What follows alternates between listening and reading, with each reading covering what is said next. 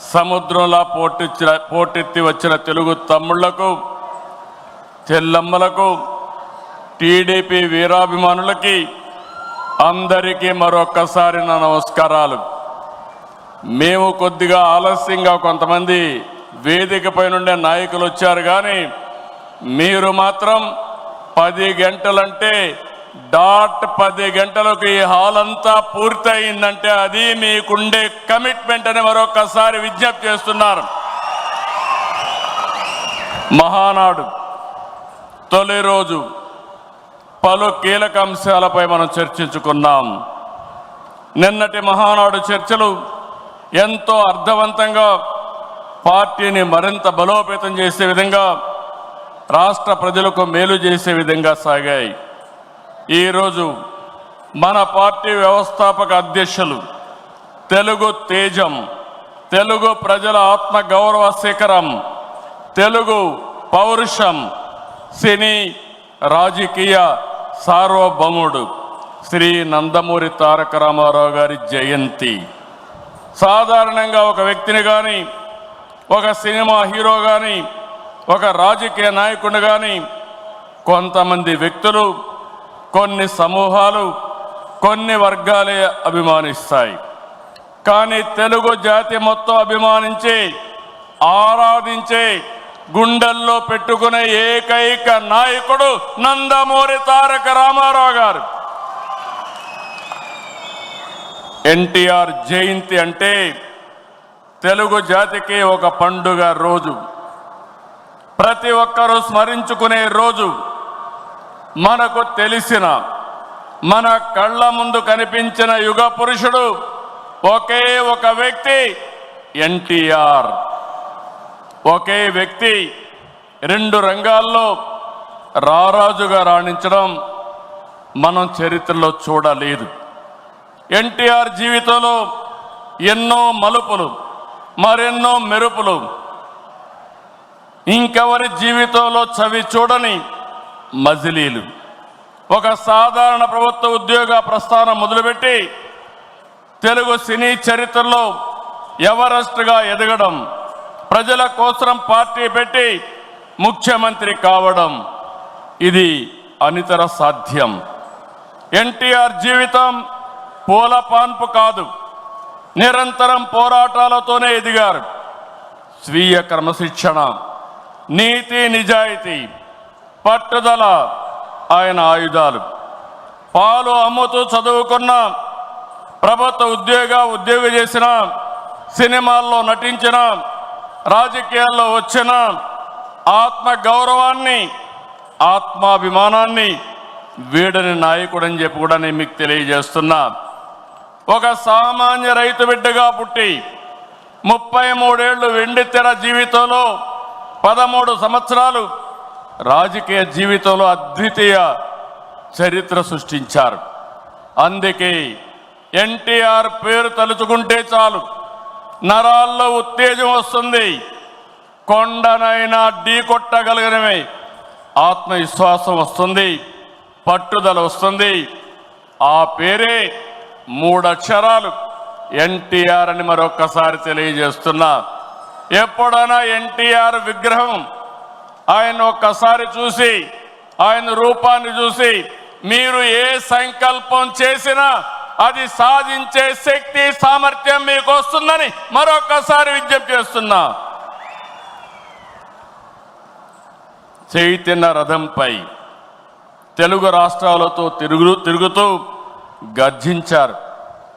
ఆయన ప్రసంగిస్తుంటే ఆకాశమే ఉరిమినట్లుండేది. పార్టీ పెట్టి 9 నెలల్లో ముఖ్యమంత్రి అయ్యి రికార్డు సృష్టించిన వ్యక్తి ప్రపంచంలో ఒక్క ఎన్టీఆర్ అని చెప్పి నేను మీకు తెలియజేస్తున్నా.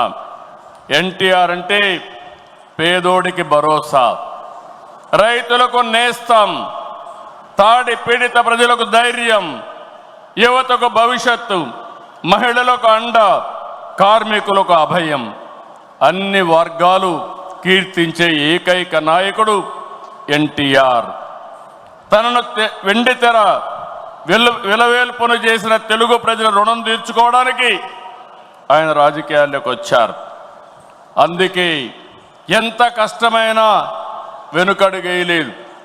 60 సంవత్సరాల్లో రాజకీయాల్లోకి వచ్చి చరిత్ర సృష్టించిన వ్యక్తి. ప్రజలపై నుండే ప్రేమాభిమానాలు, అవినీతి రాజకీయాల్ని కడిగి పారేయాలనే పట్టుదల ఆయన రాజకీయాల్లోకి తీసుకొచ్చింది. సమాజమే దేవాలయం, ప్రజలే దేవుళ్ళు అనేది పార్టీ సిద్ధాంతంగా మార్చారు. అధికారం అంటే బాధ్యతని చాటి చెప్పారు. పదవంటే సేవ చేసే అవకాశమని నిరూపించారు. పాలకులంటే సేవకులని చెప్పి దేశ రాజకీయాల అర్థాన్నే మార్చిన ఏకైక నాయకుడు ఎన్టీ రామారావు. ఎన్టీఆర్ పార్టీ పెట్టి కూడు గూడు గుడ్డ తన విధానం అని చెప్పారు. పార్టీలో ఇల్లు, నాగలి, చక్రంతో తన ప్రాధాన్యతలు వివరించారు. 43 ఏళ్లు ఎన్టీఆర్ రూపొందించిన పసుపు జెండా శాశ్వతంగా ఉంటుంది.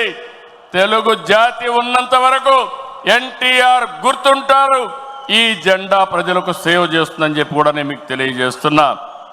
పసుపు జెండా అంటే దేశ రాజకీయాల్లో కొత్త వరవడికి నాంది పలికిన జెండా, తెలుగువారి అభివృద్ధి పదానం నడిపించిన జెండా, తెలుగువారి ఆత్మ గౌరవాన్ని చాటి చెప్పిన జెండా, తెలుగు ప్రజల్లో ఆత్మవిశ్వాసాన్ని నింపిన జెండా, ఆడబిడ్డలకు అండగా నిలిచిన జెండా, రైతన్నల కన్నీరు తుడిచిన వెన్నంటే ఉన్న జెండా, విజన్తో తెలుగు జాతికి విజయాన్నిచ్చిన జెండా, తెలుగు ప్రజల నమ్మకం, విశ్వాసం, భవిష్యత్తు, భరోసా తెలుగుదేశం జెండా.